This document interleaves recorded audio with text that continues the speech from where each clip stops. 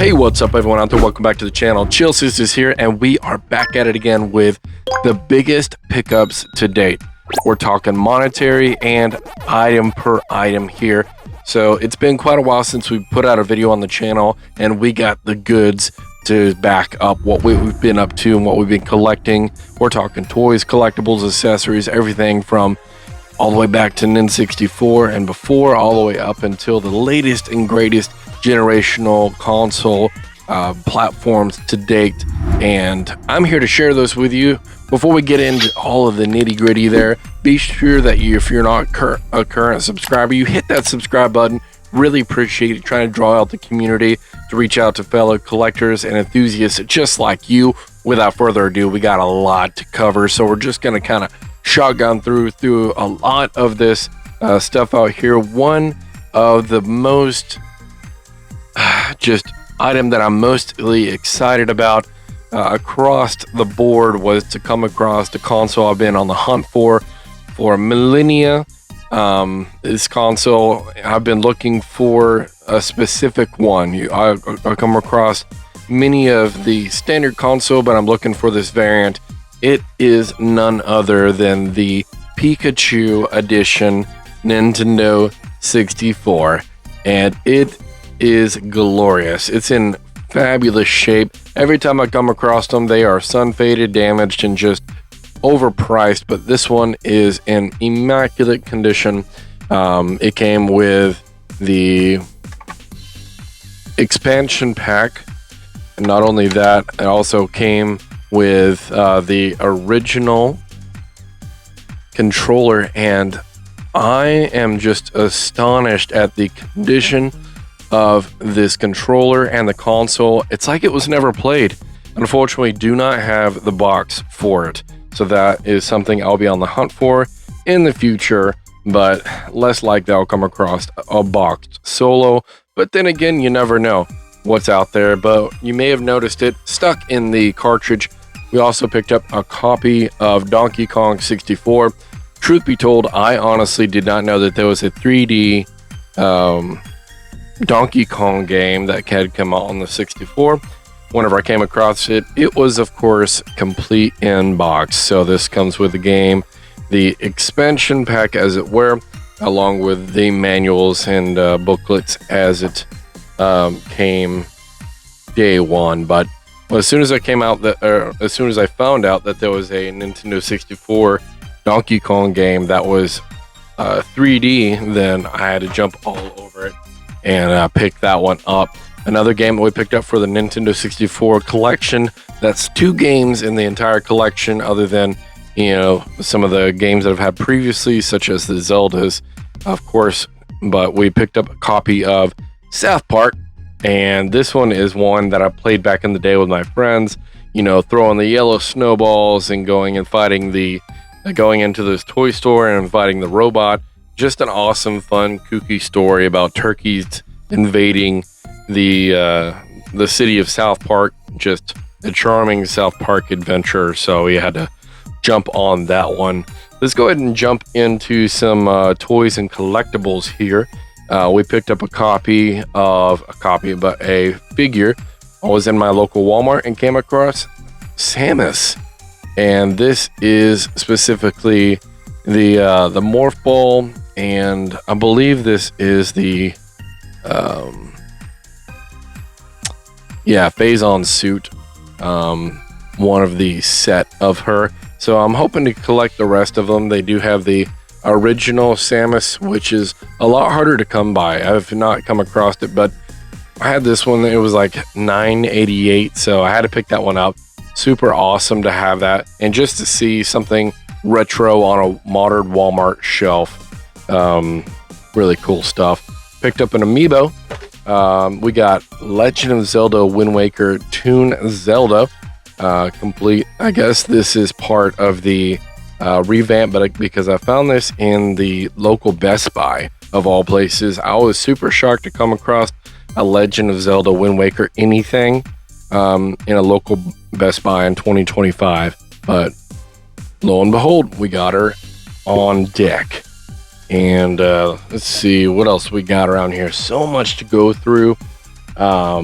This is the Halo statue variant. We have the other one where he's sporting the assault rifle, but this one he's standing, of course, on some standard terrain you would find on the most recent Halo, but he's also wielding a plasma sword and launching his grappling hook, which is super cool.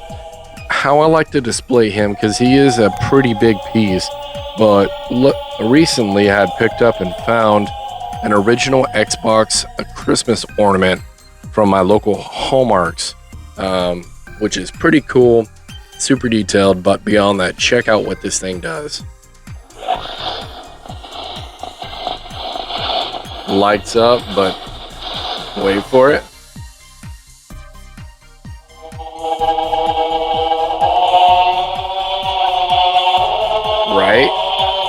Right? And it just continues to play, but this thing looks so freaking awesome, and it fits perfect right there. So as you can see, it fits right alongside that peg, but I think it just adds to the aesthetic of this statue, and the fact that it lights up and makes sound is just an added bonus for sure. So we love our Master Chief. We love Halo. Sad to see the direction that it's been going in of late, but can't really do much about it. I've all but given up on Xbox's lineup of games, and I don't know about the future of Xbox right now, and I don't want to talk about it. Save that for another video, right? But of late, we've also added and upgraded our game room setup. Again, I'm trying to transition into a more of a space that I can actually enjoy and try to get into live streams and stuff like that. This one is something that is very expensive, unfortunately, but I did get it on a massive discount. It is at the making of this video, I believe, currently on rollback, heavy rollback on Walmart. Plus, being an associate, I do get a discount on top of that. So we did get this for a premium deal. I've always been an audiophile. I don't know what it is. Ever since I was a little kid, even the rocker chairs, you know, I had to have the V-rockers that had the surround sound speakers in the back, hooking that up to my retro consoles and just enjoying those, all the way up to getting the Triton warheads, the Astro A50s, you name it. I've always chased for the best and highest sound quality I can get, and currently on today's market, the latest and greatest on the market is the Razer Kraken V4 Pros. These are the baddest of the bad. It comes with an OLED display dock that you can actually manipulate in real time. The haptic feedback controls the volume, the everything. It's a complete command control deck at your fingertips. Typically, if you know Razer, previously you would have to stop what you're doing. If you're on console, go out of your way to hook it up to a PC, go on to the Razer Synapse to adjust any of this stuff, and now it's at a push of a button. So if you're on a console, it is more user-friendly, that in no fashion you don't have to stop, unplug everything, go to a computer and do all that. It's now at the push of a button, and it does sport an OLED display screen that not only works as your control hub, but you can actually set Razer custom screensavers that you can actually change and manipulate what they say.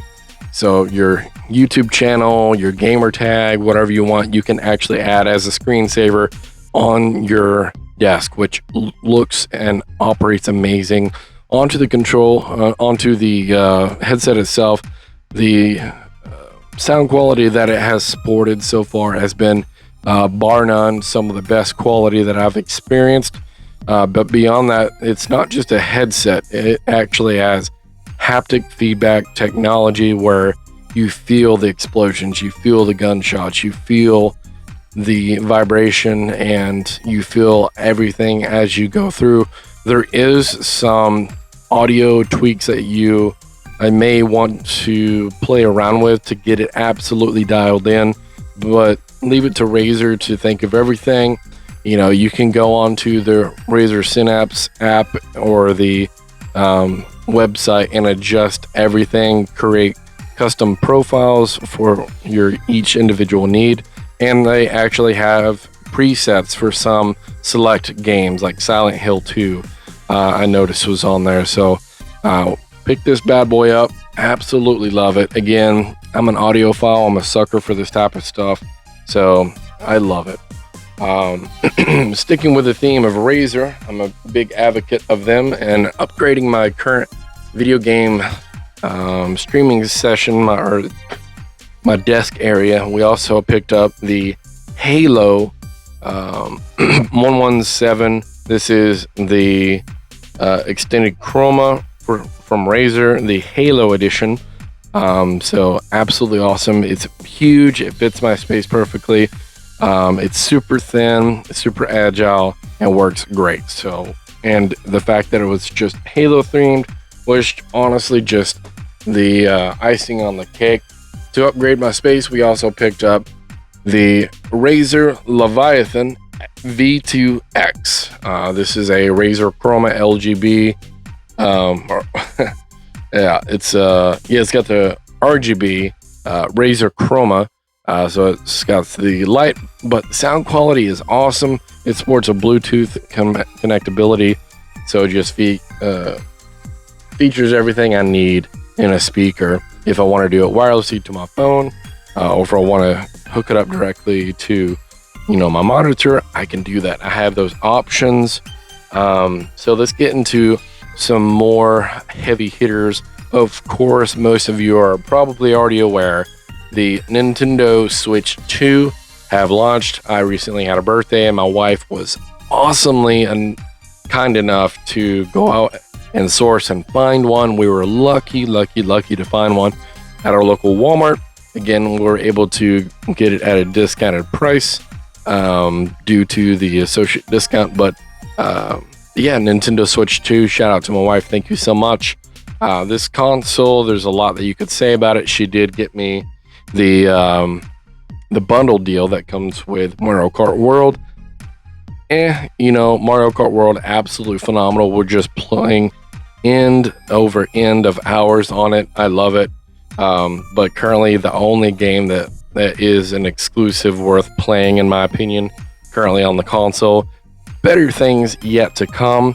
Of course, we have Metroid Prime 4 coming. We have just a bunch of awesome titles coming, but currently not available, unfortunately. So I thought for sure Metroid Prime 4 was going to be a launch title for this new console, a new console generation, but we'll see. The console itself is a lot bigger than you would originally think. It is very similar in size to, say, a Steam Deck, a lot thinner, and I would say lighter, but huge screen. The Joy-Cons are freaking massive. They do sport the magnetized connection, and I was skeptical at first, but man, whatever they're on there, like, those things do not budge until you force them loose.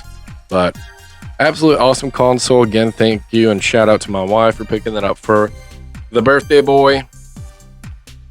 But I was honestly on the fence, because prior to that, I was a bit let down with the lineup for Nintendo Switch 2's launch games.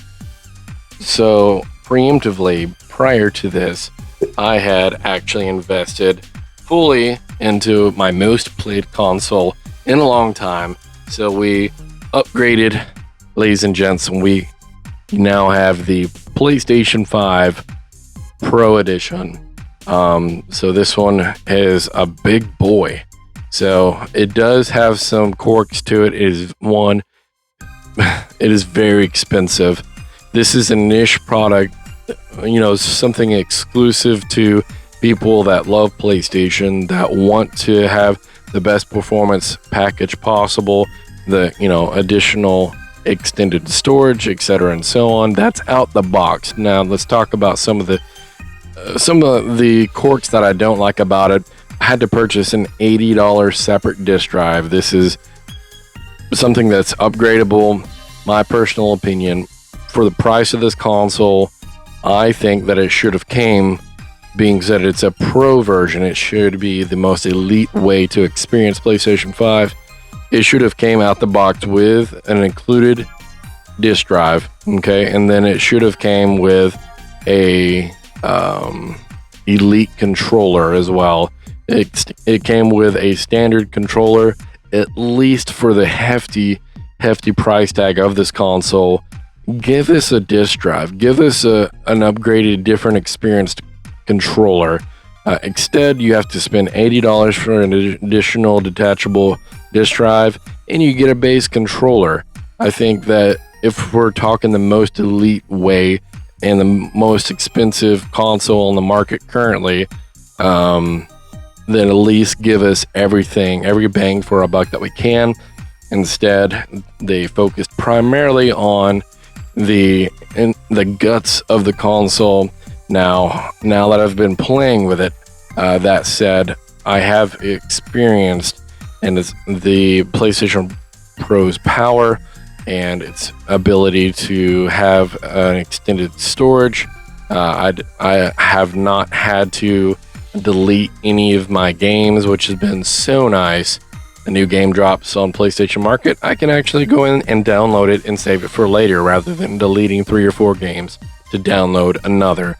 So it has been super nice, and I'm super blessed to have an opportunity to, purchase one of these because of its hefty price tag, but beyond that, also because its performance is very, very good.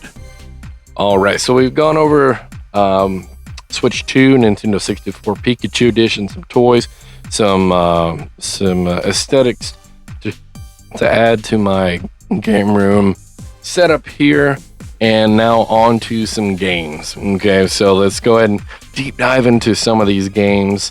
We kind of separate the stack a little bit. Let's talk about the Xbox 360 just for a moment. One of those in which we had picked up was a game that's kind of been evading me for quite a while. Every time I come across it, it's overpriced, but this one was actually a local flea market find that I got for such a good deal. But it is Lollipop Chainsaw. Have yet to pop this one in, so super excited about experiencing this one. I've heard a lot of good things about it. I love collecting for the Xbox 360. Luckily, I kept my OG collection, so I still got a lot of the heavy hitters that are now heavy hitters. Another franchise that I didn't get into the game until way later was the Silent Hill series, and at that very same flea market, a booth was having a 20% off all items sale. So I had to jump in and get these while I could, and we picked up 3 Silent Hill games for the Xbox 360. We got Silent Hill Homecoming. Haven't played this one yet. And of course, all of these are complete in box. So we got Silent Hill Homecoming. We got Silent Hill Collection HD, which comes with the original Silent Hill 2 and 3 included. And that one, of course, is complete in box as well. And again, I got these. He had them listed for pretty much retail, but it helped that he had a 20% off all items sale, and the more heavy hitter, Silent Hill Downpour. This is the more sought out, more expensive game of the 3 that had released on the Xbox 360. So I got all of these for probably around $70. Being said that this one normally goes for more than that, then that was a steal of a deal. And of course, got that one complete. Now, since I had picked these up, my first experience playing a Silent Hill game, I actually played through and completed Silent Hill Downpour. The controls are a bit clunky, but I give it some grace because it is an original Xbox 360 title. The story, to be 100% honest, I struggle whenever it comes to my favorite genre of all time is survival horror, but whenever it comes to like the mental side of survival horror, that's where I kind of draw the line. I find it incredibly hard to stay in it if I'm pulled from my current scenario into a different scenario, and it takes the immersion out of it for me, and that I love the immersion aspect of survival horror games. So I think that's what's taken me the most time to get into the series, but I quite enjoyed this one because it put me right back where I was. I was able to follow along.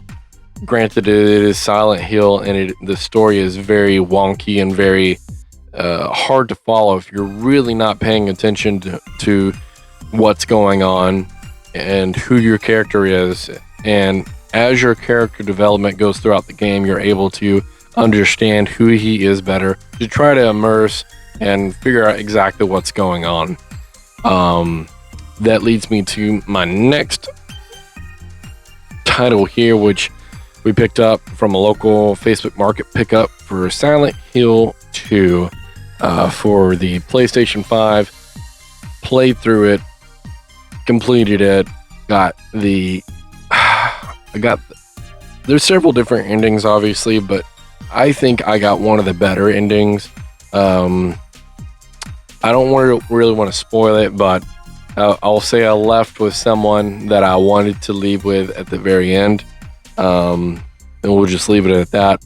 But Silent Hill 2 on the PlayStation 5, awesome game. Super stressful. That game just stressed me out. Like, I don't know. Sometimes you just get games that are just fun and some stress you out. I have to say that one stressed me out. So we got a PSP game. We got Mega Man Maverick Hunter X for the PSP. Of course, complete in box. Well, the game is in my PSP currently, but got that one added. Very small but mighty PSP library. On the PlayStation 3, we actually found Sly Hunter Collection. I'm a sucker whenever it comes to these, and I collect for the collections, HD collections for the PlayStation 3. So Sly Cooper, this one comes with Sly Cooper, the Thievius Raccoonus, Sly 2, and Sly 3, Honor Amongst Thieves. So Sly games, very, very toony, very, very fun, 3D style platformers. But this next one is a similar in the category. This is Ratchet and Clank Collection for the PlayStation 3. You've been looking for this one for quite a while. Comes with Ratchet and Clank Going Commando, and Up Your Arsenal. So 3-pack in HD. Still think it's one of the more premium ways to experience it, as if memory serves me right, the PlayStation 5 digital versions are straight ported from the PlayStation 3 or PlayStation 2, rather than the upgraded HD versions being on Sly and Ratchet and Clank. Love these games amongst Jak and Daxter. Just awesome platform action. Excuse me. Gran Turismo 7, picked that one up on the cheap. Got that one for $27 from local game exchange. Play it on my racing sim setup. It is, with the PlayStation VR 2, it is the best way to experience a racing sim on PlayStation VR 2. Unparalleled, unmatched, absolutely incredible game to experience on the PlayStation VR 2, especially if you have a steering wheel sim setup like I do. Oh yeah. GameStop Pro members get a $5 coupon, not a sponsor, but I use said coupon to get a PlayStation 5 game for nearly free. We got Lord of the Rings Gollum. There are a lot of bad things about this game, but it's free. Love Lord of the Rings. Maybe they fixed it, maybe they didn't, but I've heard a lot of bad things about this game. There was probably a reason it was only like $8. So, I mean, a free game's a free game. If I don't use it, we will lose our coupons there. So I was in that position. We got a copy for me and my wife to play the Karate Kid Street Rumble, the Karate Kid series on the PlayStation. As a platform fighter, me and my wife absolutely enjoy. So this one we look forward to playing. We haven't played it yet, but look forward to doing so in the near future. On to, like we were talking, the PlayStation VR 2. It's very underrated. People talk very negatively towards it. They don't get it. They don't understand it. I freaking love the VR 2, and I've spent so much time on it. But we picked up two of my favorites so far. This is Skydance's Behemoth. This is a physical edition of the game, and it is just absolutely awesome. Comes with some additional downloadable content, but this game is first-person, sword-wielding, beast-slaying action, and the fact that this one came out with a physical copy, had to jump on it. I am so kicking myself that I did not pick up the Star Wars PSVR 2 game, because now it goes for like $150. And I was seeing it at GameStop for like $30-40, and I didn't want to pull the trigger on it. But I guess that one, because of its low print run, just skyrocketed in value. So really kicking myself I didn't pick that one up. But VR Skater, this is done so well. It is a virtual reality, a skate sim game, and the way that you skate is very is done in such a way that's very tasteful and caters to the way a board actually works. So yeah, it's hard to put into words how this thing works. It's kind of like Skater 3 or Skate 3, the Skate series, but in VR. They give you a map, non-open world, mind you, but a map nonetheless that you can actually skate in the streets or parks. But I love it. Check it out if you have a VR. But again, physical copy, collecting those. We got Drive Club VR. We are collecting the PSVR from the PSVR 4. I'm sorry, yeah, PS VR 1 from the PS4. Racing sim game. Haven't popped this one in to try it out yet, but look forward to doing so. Got that one on the cheap. And one that I've been looking for quite a while, we got Devil May Cry HD Collection, made by, of course, Capcom. This is a series I've yet to jump in and try, so let me know in the comments below if these are worth jumping in. I have all of them, anticipate playing them, just haven't got around to jumping into any of them yet. I would be curious to see in the comments below if you know about these games, where I should just jump in on part 1 and work my way through. Is the story interchangeable or interconnected, where I have to pay attention and actually go through them in chronological order, or can I jump in at any place at any time? Well, I think that is it, ladies and gents. We have 3 new consoles added to the collection. Switch to PS4 or to PS5 Pro. We also added in the